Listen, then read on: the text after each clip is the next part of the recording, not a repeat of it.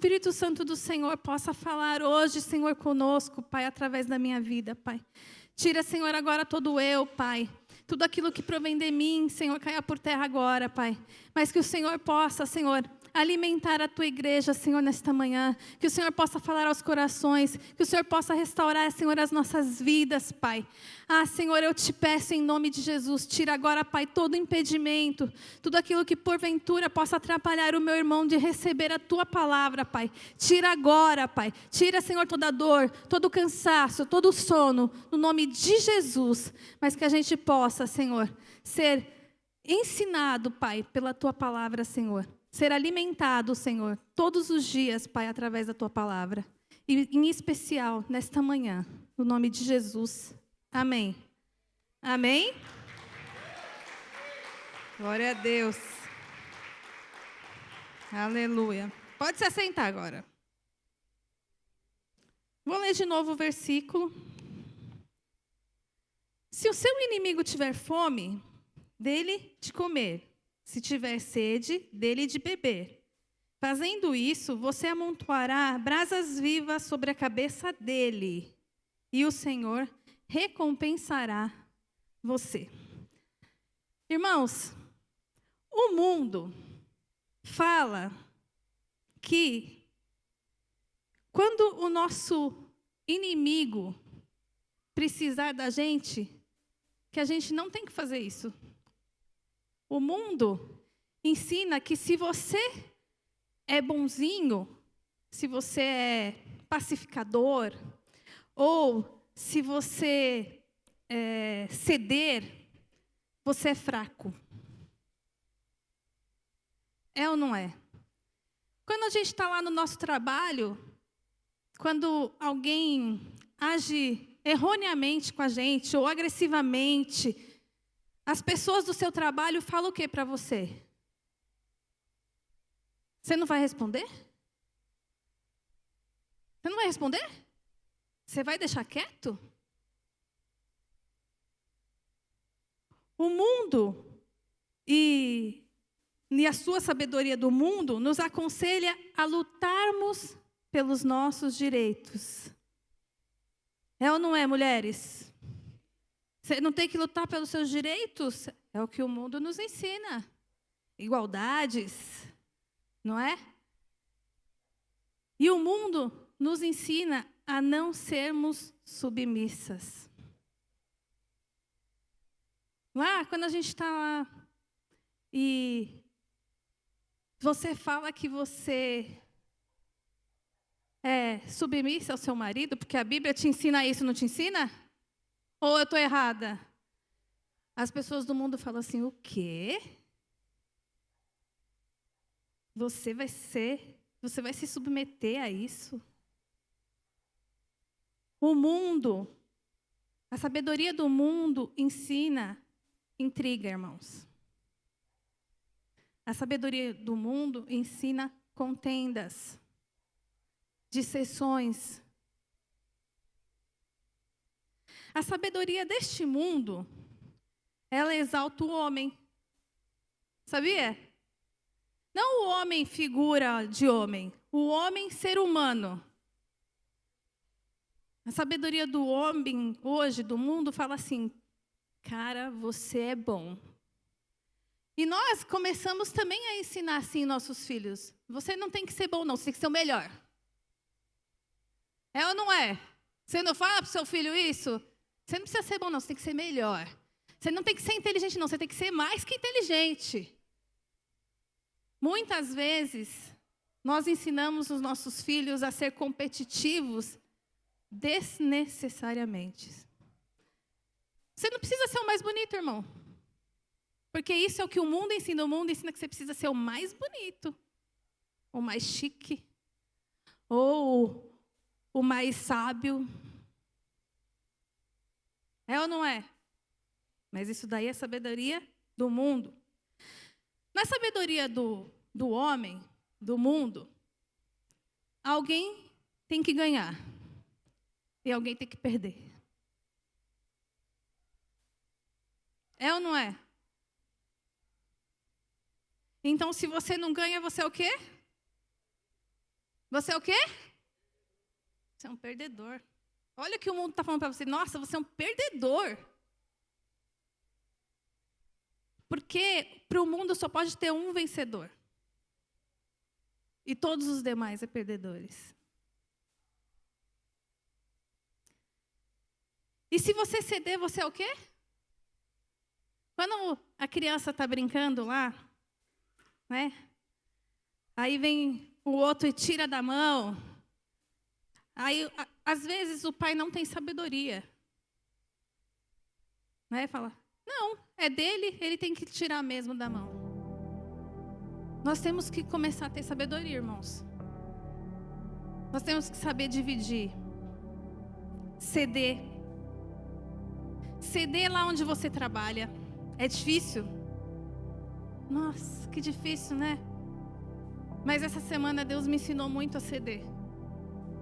E essa palavra com certeza primeiro foi para mim, irmãos. Ele me ensinou muito a ceder. E Ele me ensina a ceder quando eu estou com a minha família. Deus me ensina a ceder. Porque ceder não é fácil. Ceder é difícil. Mas o mundo não te ensina a ceder. O mundo te ensina você a ganhar. Você tem sempre que ganhar. Porque senão você é um perdedor. O mundo diz que você tem que ter razão. Né? O mundo diz que você tem que ter razão. E não necessariamente você precisa ter razão. Às vezes você ter paz é melhor do que ter razão.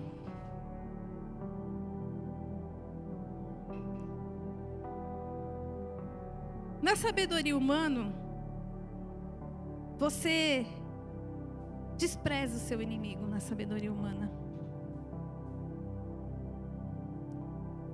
Você jamais o alimentaria. Pela sabedoria humana, sabe o que eles fazem na guerra? Deixa aquele povo lá passar fome. É ou não é? Não, ninguém pode ajudar eles não.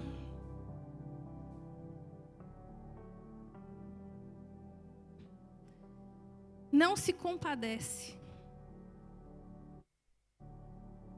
Para o mundo, você não pode se compadecer da aflição do outro, da tristeza do outro, da enfermidade do outro, da necessidade do outro. Nós estamos vivendo num mundo egoísta,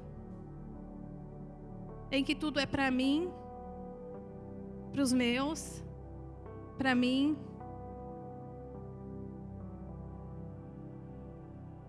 Quem conhece esse ditado assim, ó? O mundo é dos espertos. Quem já ouviu? O mundo é dos espertos.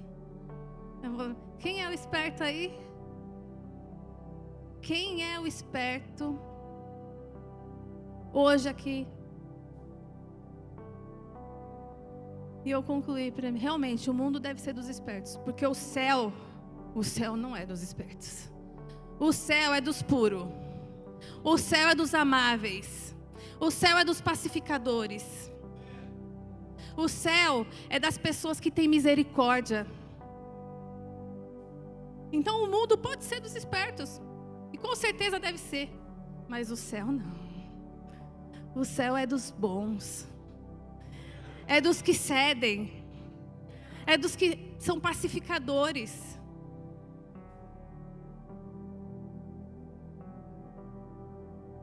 Tempos depois, Paulo fala sobre esse versículo.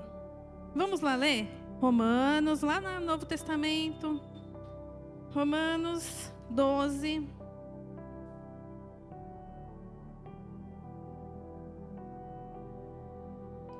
Do 9 ao 21. Depois de Atos, Romanos.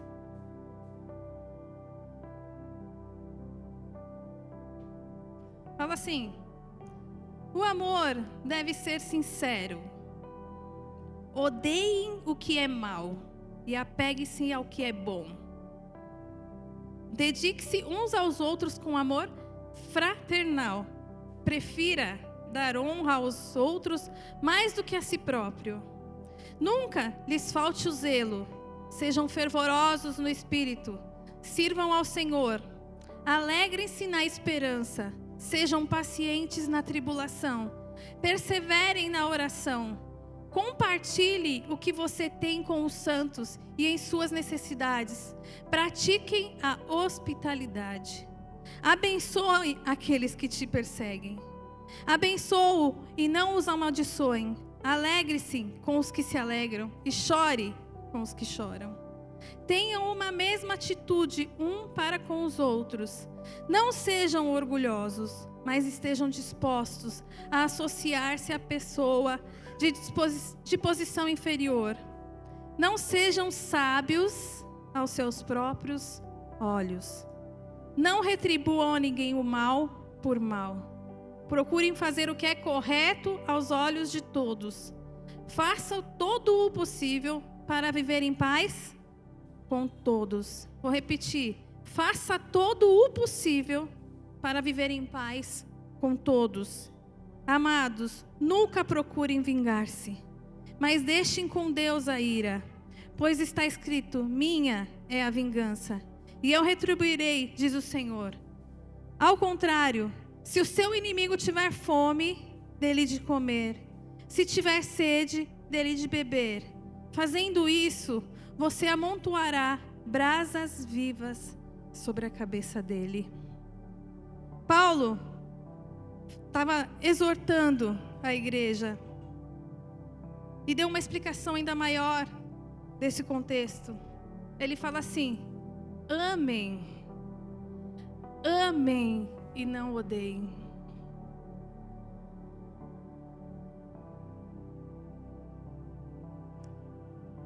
Odeiem o que é mal.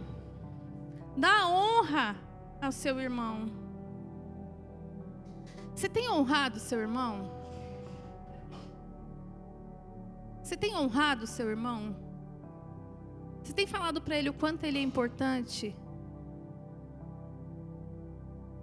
Sejam pacientes. Abençoem aqueles que te perseguem. Abençoem e não amaldiçoem. Não sejam orgulhosos. Não seja orgulhoso. Irmãos, Paulo aqui está falando para crentes, para pessoas de Deus. Nós estamos tendo o jejum da comunhão. Nós precisamos ter mais comunhão. Nós somos o corpo de Cristo. Nós precisamos caminhar juntos.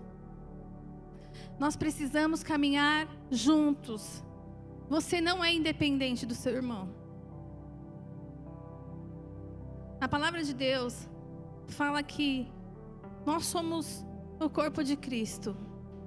E eu vejo o corpo de Cristo como um corpo físico. Tudo que tem aí no seu corpo é importante para você?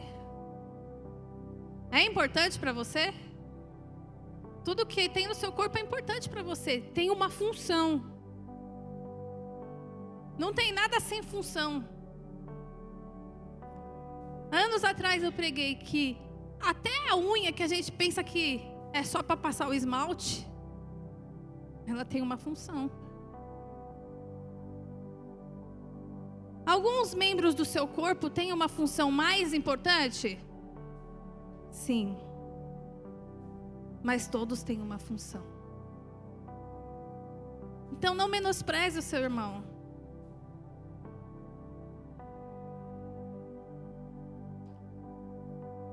Sabe, na hora que nós recebemos o mal contra nós, quando nós somos, caluniado, injustiçado, perseguido, a nossa atitude, muitas vezes, não é de abençoar. Bom, pelo menos comigo, às vezes não é. Às vezes a ira, a raiva, o rancor e o ódio não deixam a sabedoria de Deus se manifestar. E aí, nós nos tornamos semelhantes às pessoas do mundo.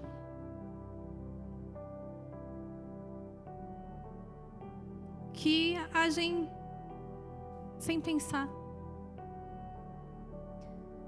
E com esse sentimento, nós retribuímos as pessoas igualmente. É ou não é? Se alguém grita com você, você grita com ele, não é? É? Não deveria. Mas é o que tem acontecido. Nós temos sido impacientes.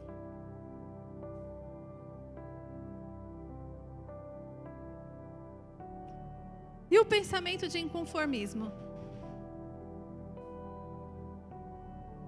Quando isso acontece de alguém que a gente não espera,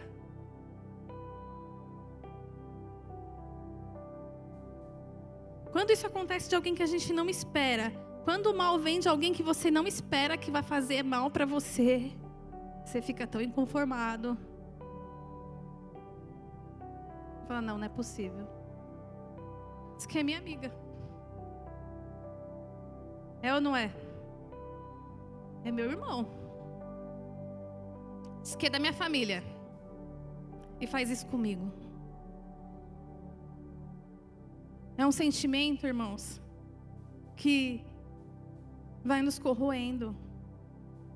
Às vezes nós alimentamos rancor, ódio, mágoas dos nossos familiares, do nosso cônjuge, dos nossos filhos, dos nossos pais. Nós não conseguimos perdoar. Nós não conseguimos passar para frente. Nós ficamos lá pensando em tudo aquilo que aconteceu. Nós ficamos inconformados. E nós só ficamos inconformados porque a gente não esperava aquela posição daquela pessoa que você tanto fez, que você tanto ajudou, que você tanto... Você não esperava. Mas a palavra de Deus fala que maldito o homem que confia no homem, né? Nós temos que confiar em Deus.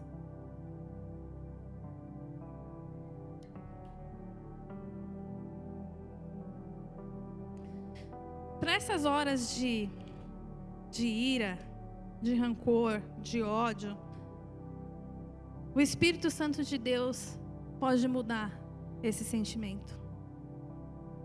O Espírito Santo de Deus nos deu muitos dons, e um deles é o domínio próprio.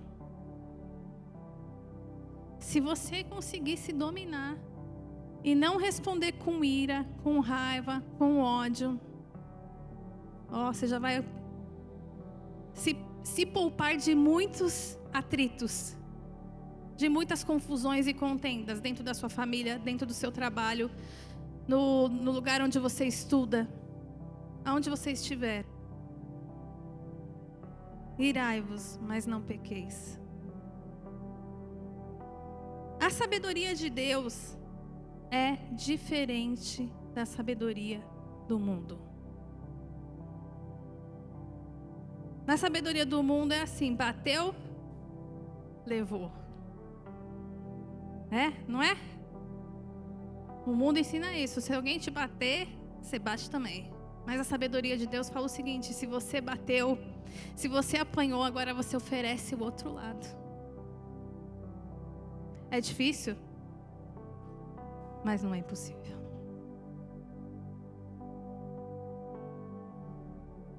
A sabedoria do mundo estimula as competições, as contendas, eleva o ego, causa inveja, guerras. Mas a de Deus não. A de Deus promove a paz, a pureza, a amabilidade, a caridade, o amor, a misericórdia. Vamos ler em Tiago 13, Tiago 3:13, um pouquinho mais para frente aí, depois de Hebreus.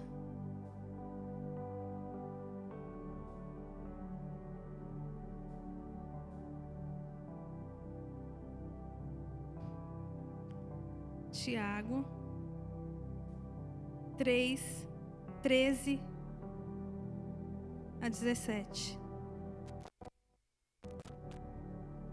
Quem é sábio e tem entendimento entre vocês? Aqui está perguntando, quem é sábio e tem entendimento? Que demonstre por seu bom procedimento, mediante obras praticadas com a humildade que provém da sabedoria. Contudo, se vocês abrigam do coração inveja, amargura e ambição egoísta, não se glorie disso, nem neguem a verdade. Este tipo de sabedoria não vem dos céus, mas é terrena. Não é espiritual, mas é demoníaca. Pois onde há invejas e ambições egoístas, aí há confusão e toda espécie de males. Mas a sabedoria que vem do alto é antes de tudo pura, depois pacífica, amável, compreensiva, cheia de misericórdia e de bons frutos, imparcial e sincera. O fruto da justiça semeia-se em paz para com os pacificadores. A sabedoria que vem do alto é antes de tudo pura. Semeia-se em paz. Quando você fica brigando lá com o seu amigo, com o seu colega de trabalho, com seu pai, com a sua mãe, com seus filhos, você não está semeando paz. Você está semeando contenda, raiva, discussões, ódio.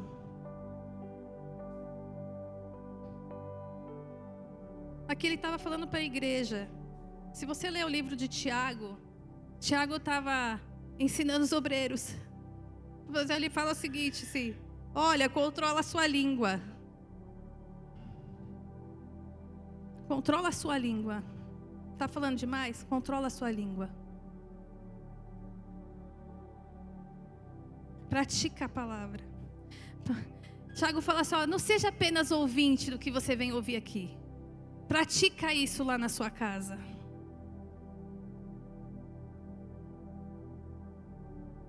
Tenha sabedoria.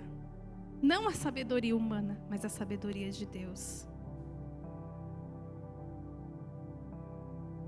E ele fala também no começo, no primeiro capítulo de Tiago, ele fala o seguinte: se alguém tem falta de sabedoria, peça a Deus, que a todos dá, livremente, de boa vontade, e lhe será concedida. Mas peça com fé. Se está faltando sabedoria a você na sua casa, se está faltando sabedoria a você no seu trabalho, se está faltando sabedoria a você no seu ministério, aqui nesta igreja, peça a Deus. Peça a Deus que Ele vai te dar.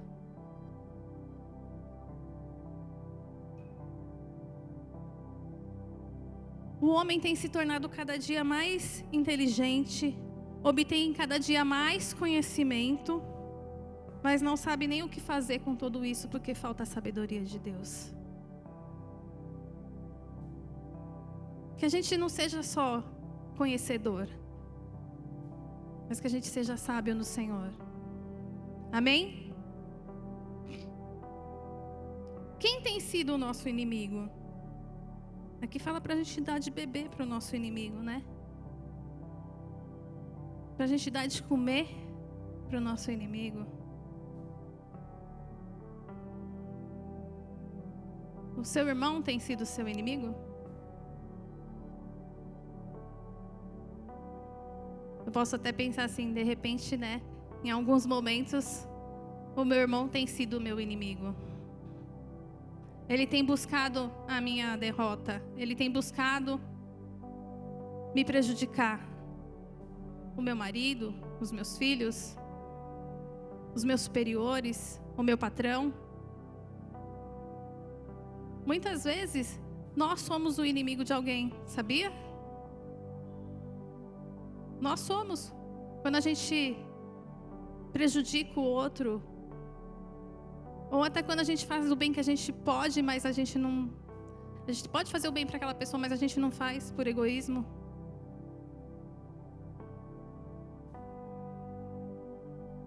Mas eu vou dizer para você, irmãos. O seu irmão, o seu parente, o seu amigo, o seu patrão, ele não é o seu inimigo. Sabe quem é o seu inimigo? Satanás é o seu inimigo. O diabo é o seu inimigo. Ele sim. Ele veio para matar, para roubar e para destruir as nossas vidas. Ele tem atuado na vida dessas pessoas para te derrotar, para te oprimir, para pôr sobre a sua vida os frutos da carne.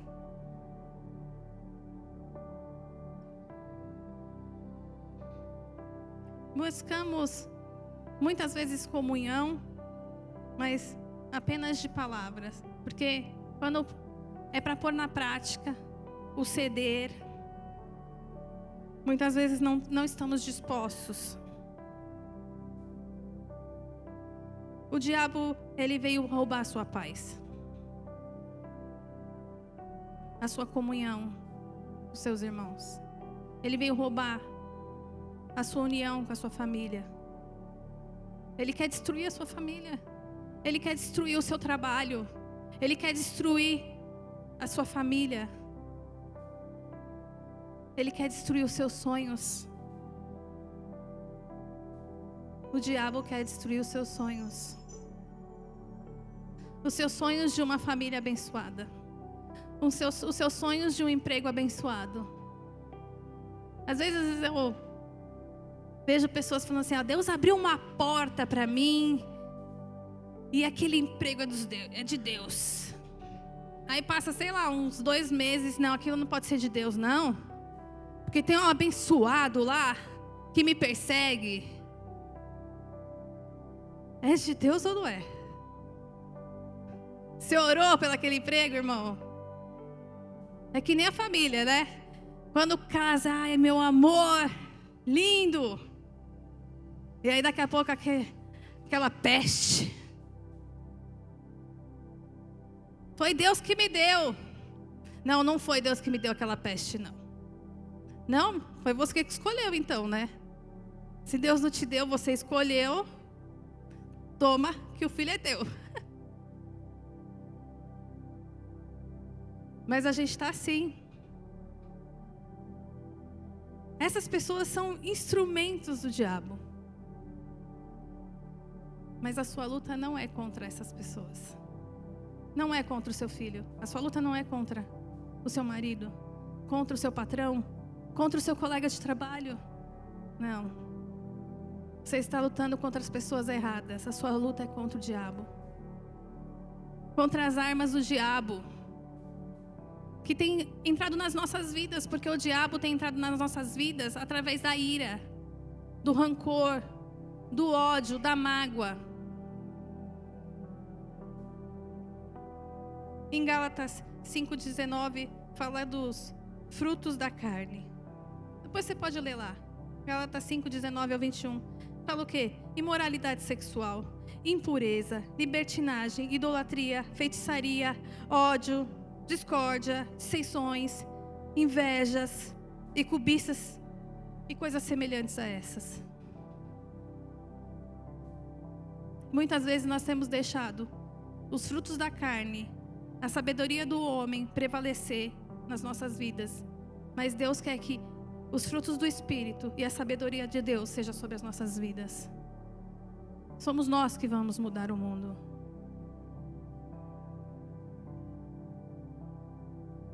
Você está lutando contra a pessoa errada.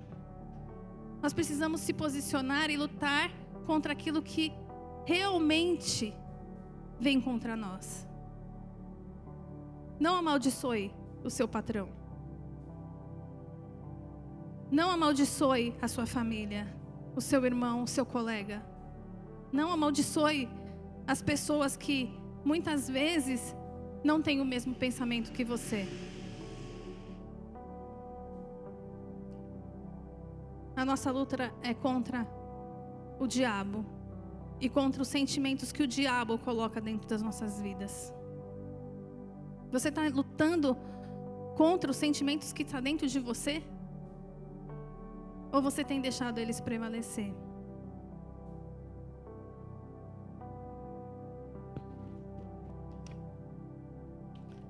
Eu quero dar um exemplo. Eu quero falar de um personagem bíblico. Talvez você já conheça esse personagem. Mas ele está lá a partir do capítulo 37 de Gênesis.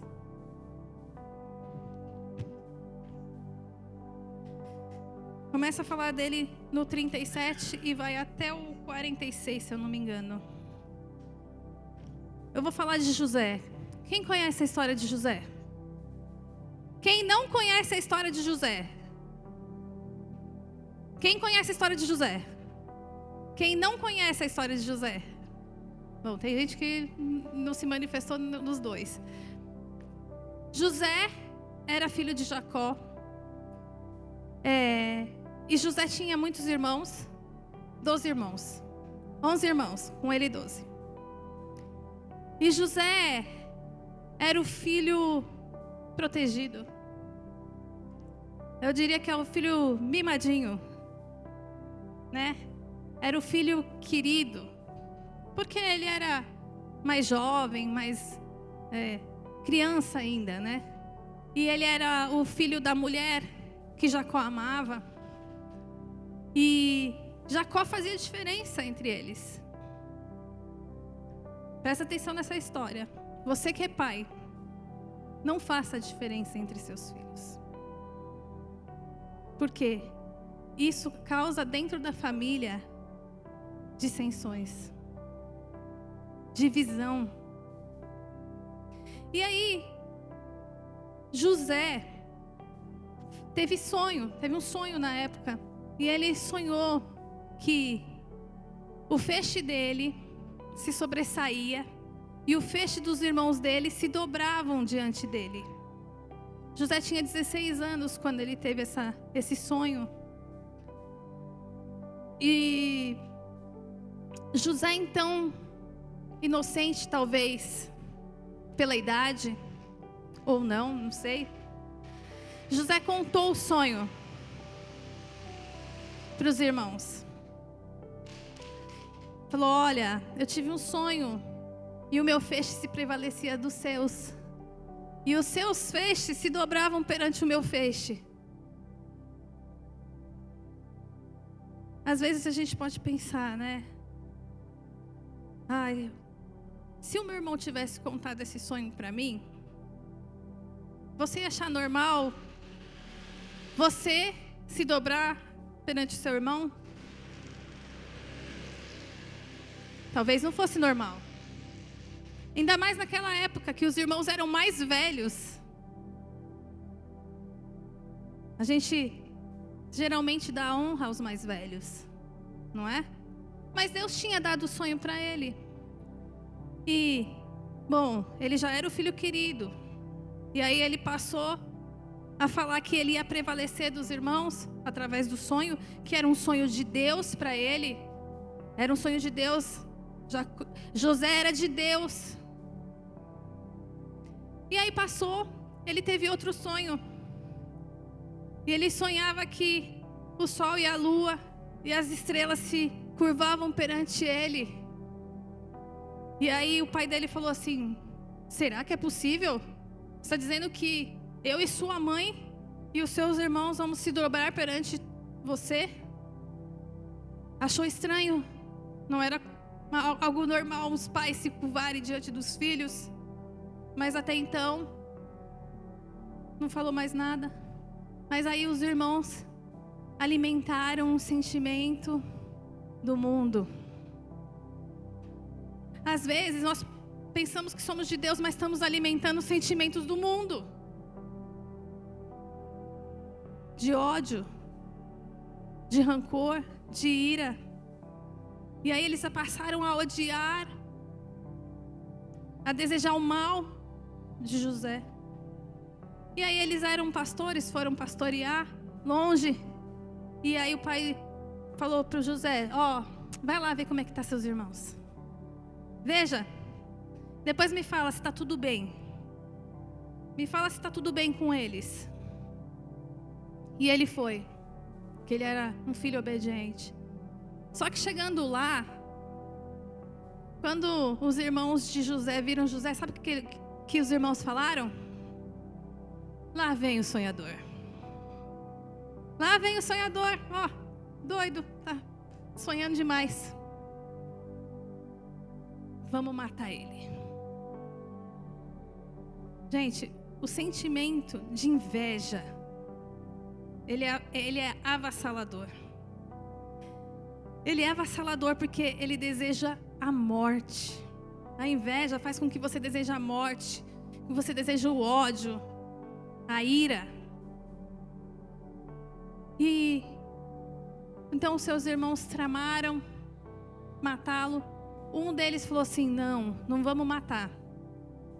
Por quê? Para que esse sangue não venha sobre as nossas mãos. Vamos pensar o que vamos fazer. Aí eles viram lá que vinham os ismaelitas, estavam indo para o Egito, uma caravana, vamos vender ele. A gente não precisa nem matar, ainda vamos lucrar. Vamos lucrar. Tem gente que está achando que está lucrando. Cuidado, irmãos. Às vezes você está achando que está lucrando, mas não está. E aí venderam José, e José foi para o Egito. Contaram uma história lá para o pai deles, que tinha sido devorado por uma fera. O pai ficou arrasado. Arrasadíssimo. Devastado. E José foi para o Egito. Foi comprado por Potifar, chefe da guarda. E a palavra de Deus fala que o Senhor era com ele. Aqui, quando eu leio essa palavra, eu falo assim, não importa o lugar que você esteja. Não importa o lugar que você esteja, se o Senhor estiver com você. Você tem tudo, irmãos. Você pode estar preso. Se o Senhor estiver ali, Paulo fala sobre isso. Preso, ele falava da alegria que ele tinha, do contentamento que ele tinha no Senhor. No livro que o pastor deu. Já leu, Camila? Fala disso. Gente, às vezes a gente está preso às condições. Se o Senhor estiver com você, no seu trabalho, você tem tudo.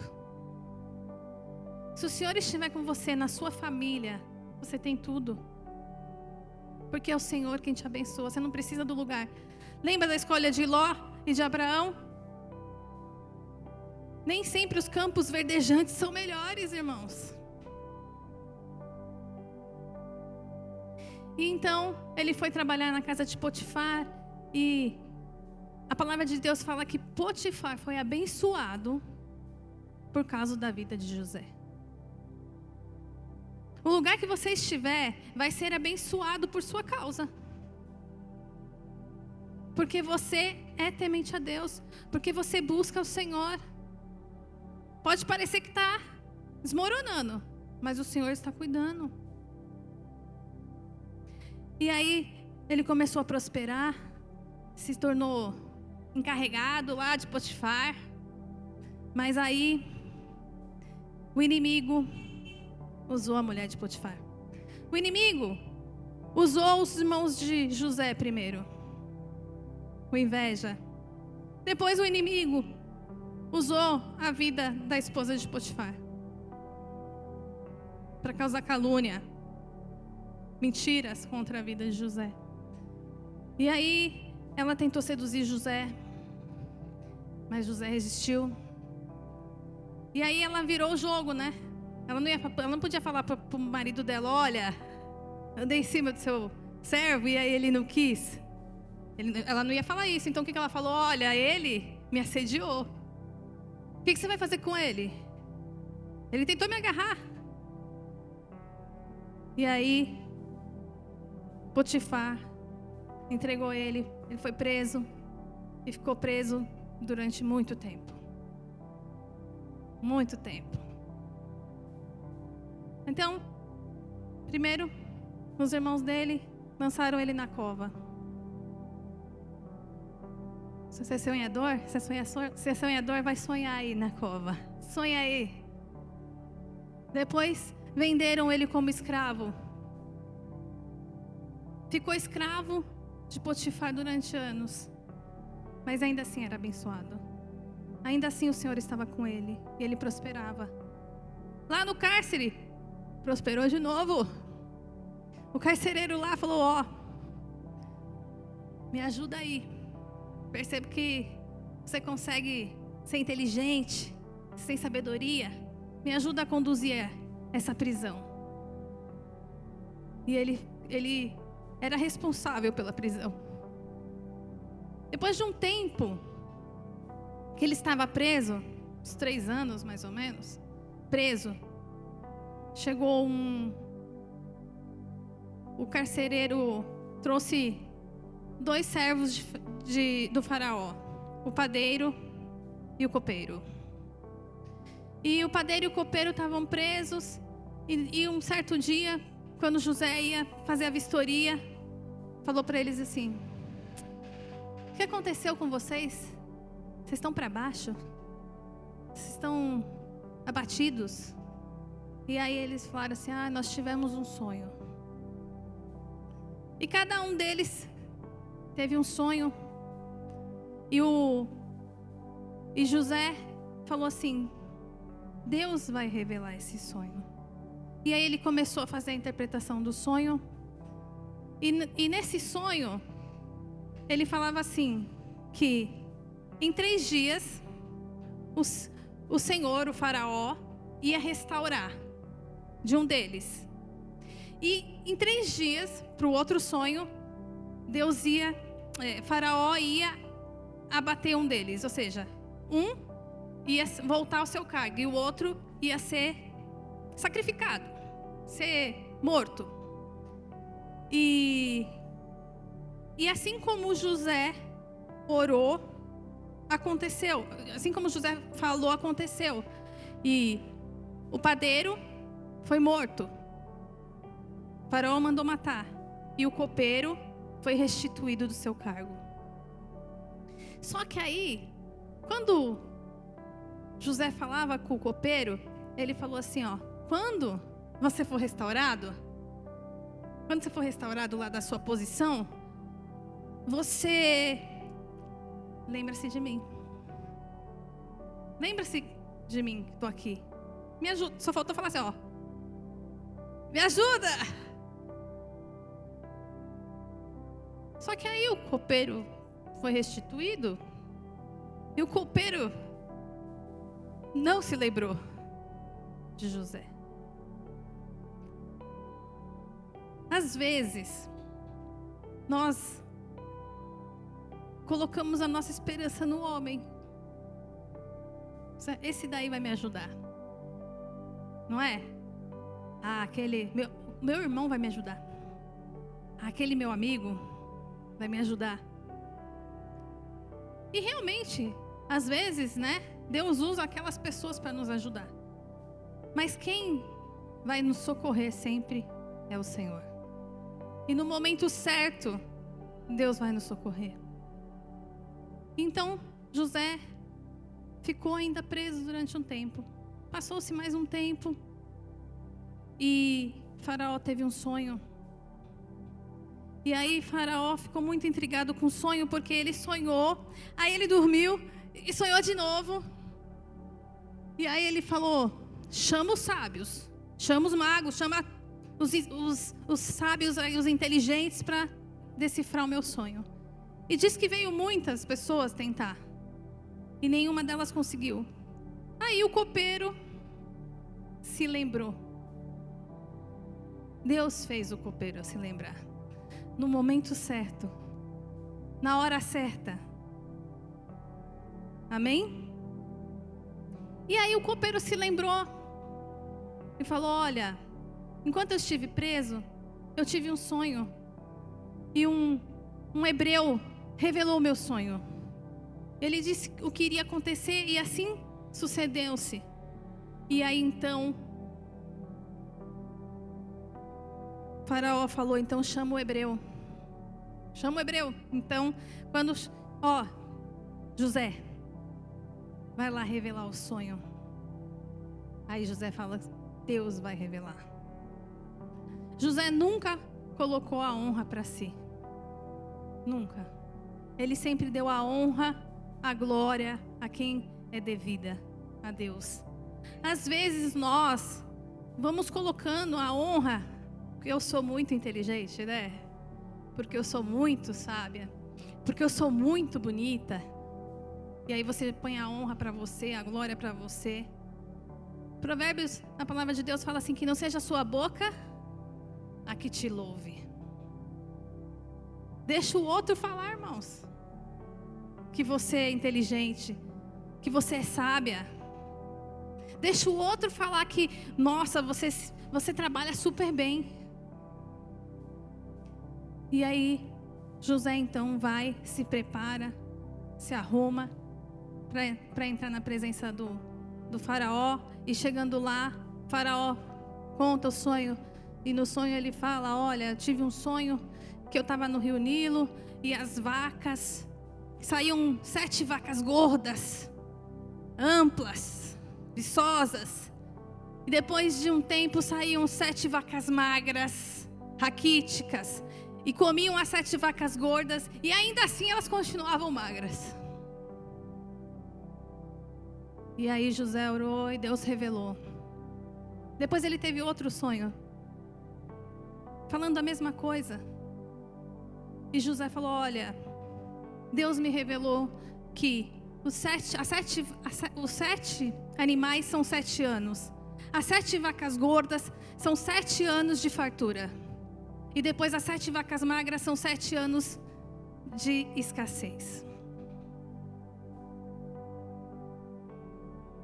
E aí ele falou assim, olha, você tem que levantar alguém para juntar o trigo, para armazenar os alimentos, para que a gente não passe fome. E aí então eles começaram a juntar a quinta parte. Todos os anos eles juntavam. E tinham tantos cereais que eles foram construindo os lugares, os armazéns, para poder armazenar os cereais. E passados 7 anos de fartura, começou os 7 anos de escassez. E aí o que aconteceu? O povo começou a passar fome. O sonho de Deus para José é que ele ia ajudar o povo. Não era que ele ia ser grande. Às vezes a gente está assim, ai, nossa, o meu sonho tem que ser grande, eu tenho que ser... Não, o sonho de Deus para José é que ele ia ajudar o povo a não morrer de fome. Ele se tornou grande sim, porque Faraó fez dele o governador do Egito. Mas o princípio era abençoar, era ajudar. E passado-se um tempo, uns 2 anos provavelmente, a família de José foi até o Egito pedir alimento. E então, o seu sonho, o seu primeiro sonho se concretizou. Por quê? Chegando lá, tanto Faraó quanto José eram adorados. As pessoas se curvavam ante eles. E aí, seus irmãos se curvaram ante ele. Precisava todo esse processo para que José crescesse. E essa história tem tudo a ver com o que eu falei. Porque José não usou da sabedoria humana. Ele usou da sabedoria de Deus. Porque ele poderia, se ele fosse humano, ele ia falar, esses daí, sou rancorosa. Pode levar embora, manda matar. Quero os seus irmãos. Mas não. Ele entendeu que o que Deus tinha para ele era tão maravilhoso, tão grande, que ele precisava estar no Egito para que isso acontecesse. E o processo, às vezes, é doloroso. É fácil você ser humilhado? É fácil você ser escravizado? Só que a gente não quer passar o processo. A gente já não quer passar na luta. A gente quer ter a vitória já. Mas a luta é um processo. Se José tivesse a sabedoria humana, teria mandado matar os irmãos dele. Mas não. Ele se esqueceu disso. Ele só tinha em mente aquilo que Deus tinha para ele. Ele tinha em mente aquilo que Deus tinha para ele, que ele ia fazer o que ele fez. Nós às vezes estamos só preocupados. Ai, nossa, você viu como eu tô? Às vezes até o outro, né, o irmão fala da gente assim, nossa, você viu aquela pessoa desempregada? Deus está te ensinando em todo o tempo. Se você às vezes está desempregado, ou se não está conseguindo conquistar, é um tempo. É um tempo. Mas o tempo vai passar. José se alegrou quando viu os seus irmãos. Lógico, chorou, né? Tudo que ele, com certeza, lembrou tudo que ele passou. Mas ele se alegrou porque o sonho que Deus tinha para ele estava se realizando. E aí, quando os irmãos dele estão lá, ele fala: tá faltando um aqui. Tá faltando um dos meus irmãos. E aí ele fala assim: vocês vieram espionar a terra? Aí os irmãos falam: não, nós somos do povo hebreu. Nós temos mais um irmão. Os nossos pais são vivos. Meu pai é vivo. Ah, então vai buscar o seu irmão. Eu falo que quando Deus trabalha o coração de todo mundo, né? Quando Deus trabalha, Deus não trabalha só o coração de José. Deus trabalha o coração de José. Deus trabalha o coração dos irmãos. Deus trabalha o coração do pai. Deus trabalha em todos os corações. E aqui quando fala que dá de beber para o seu inimigo, dá de comer, que o Senhor amontoará brasas vivas, é porque quando a pessoa viu que te injustiçou, ou que te caluniou, ou que te perseguiu, quando ela toma consciência disso, ela se envergonha. Os irmãos de José, quando estavam voltando para a cidade deles, eles ficavam pensando: será que tudo isso que está acontecendo com a gente é porque a gente vendeu o nosso irmão? E Deus está requerindo aquilo? Talvez, se José se tivesse manifestado e falado: olha, eu sou seu irmão. Tá vendo? Eu falei, né? Vocês iam se dobrar. Com certeza, os seus irmãos iam ter se arrependido. Porque na pressão a gente se arrepende, né, irmãos? Na pressão, ou você se arrepende ou morre de fome. Você se arrepende ou não, pastor? Na hora. Mas não é um arrependimento verdadeiro. Quando a gente está sob pressão, a gente não tem ações verdadeiras. Mas Deus queria fazer com que a gente se arrependesse verdadeiramente. Com que eles se arrependessem verdadeiramente. Sabe, o diabo está tentando destruir os sonhos de Deus para você. O diabo está tentando destruir a sua família, o seu trabalho, usando pessoas e até mesmo você.